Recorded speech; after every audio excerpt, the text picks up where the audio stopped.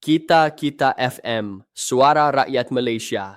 Di sini kita bukan sekadar menyampaikan cerita, kita menganalisis, menilai dan mengupas isu yang membentuk masa depan rakyat. Hari ini kita cerita berita dari Borneo Post Online. Cadangan Chong Chetek mengelirukan dan membantutkan ekonomi Sarawak. Persoalan utama yang perlu kita fahami bersama ialah ini.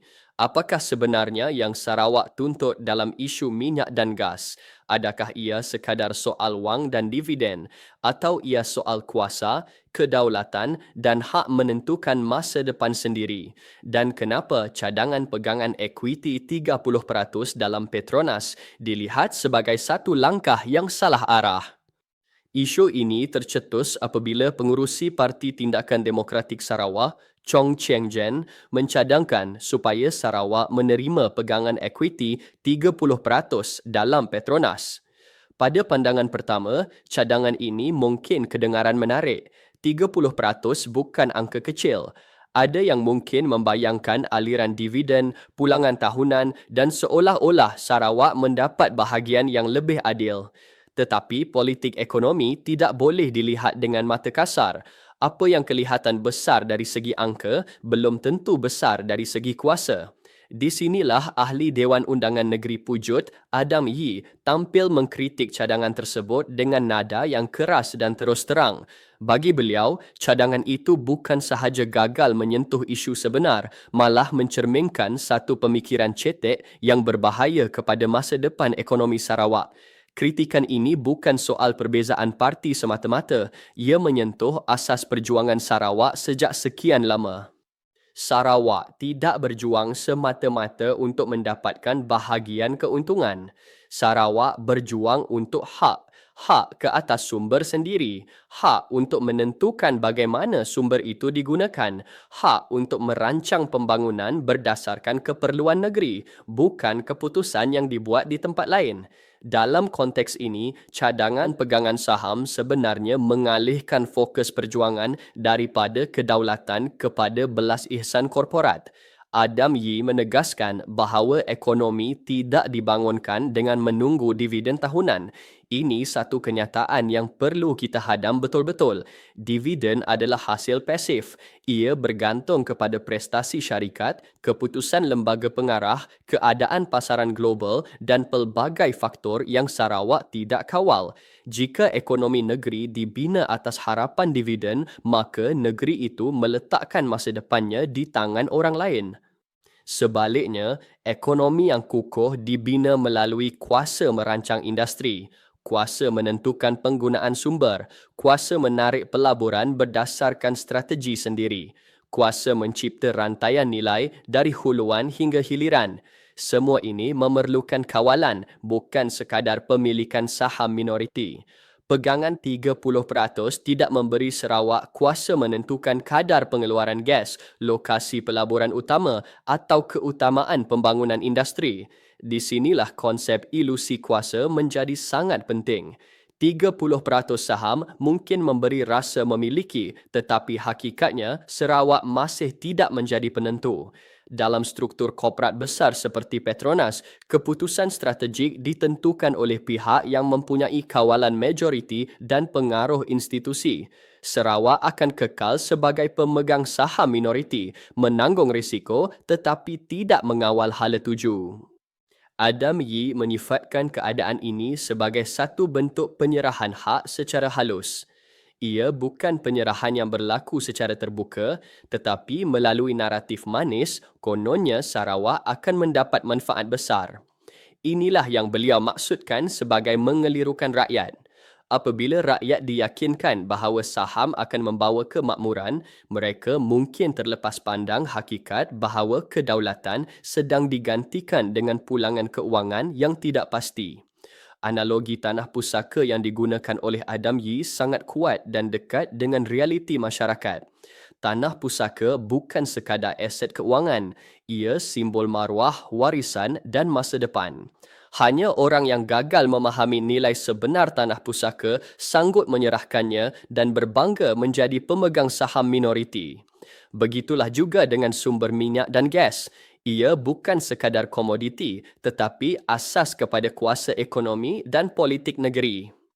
Lebih membimbangkan, cadangan pegangan ekwiti ini turut mendedahkan Sarawak kepada risiko global Petronas.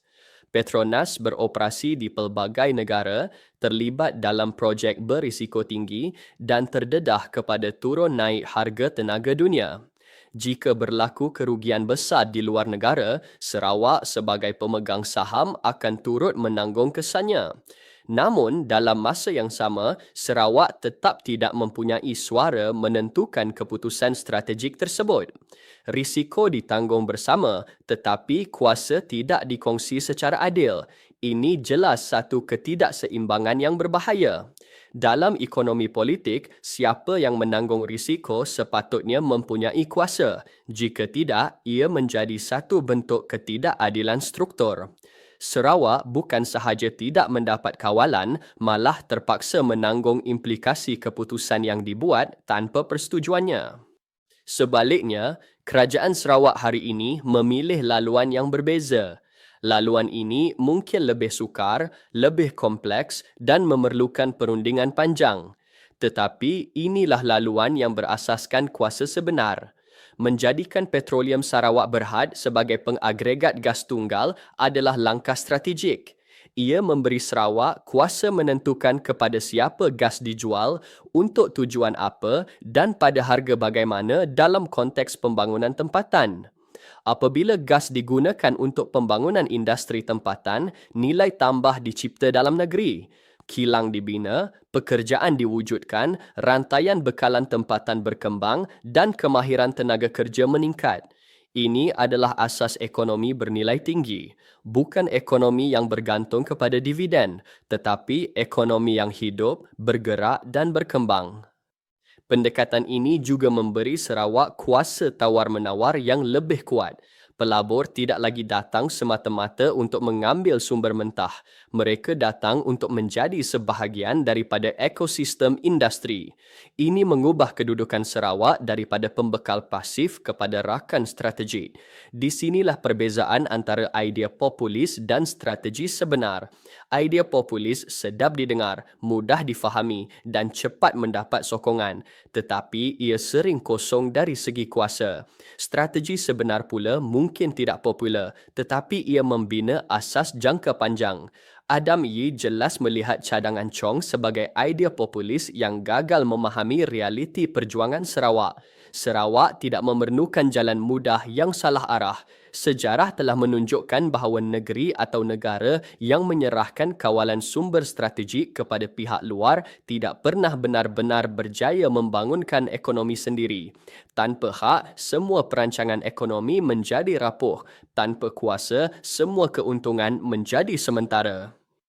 Apabila Adam Yee menyatakan bahawa Sarawak tidak berjuang untuk saham tetapi berjuang untuk hak, itu bukan slogan kosong. Ia adalah ringkasan kepada keseluruhan perjuangan sejak pembentukan Malaysia. Hak menentukan nasib sendiri bukan soal emosi, tetapi soal struktur ekonomi dan politik. Isu ini juga mendedahkan jurang pemahaman dalam kalangan sebahagian pemimpin politik. Apabila fokus terlalu sempit kepada angka dan dividen, mereka gagal melihat gambaran besar. Ekonomi bukan sekadar aliran wang masuk. Ia tentang siapa yang membuat keputusan, siapa yang menetapkan keutamaan dan siapa yang mengawal masa depan. Dalam konteks ini, kritikan Adam Yee wajar dilihat sebagai satu peringatan. Peringatan bahawa Sarawak tidak boleh tersilap langkah dalam isu strategik seperti minyak dan gas. Kesilapan hari ini akan ditanggung oleh generasi akan datang. Jika hak digadai sekarang, amat sukar untuk menuntutnya kembali kemudian. Akhirnya, cadangan pegangan ekwiti 30% ini bukanlah penyelesaian kepada masalah sebenar.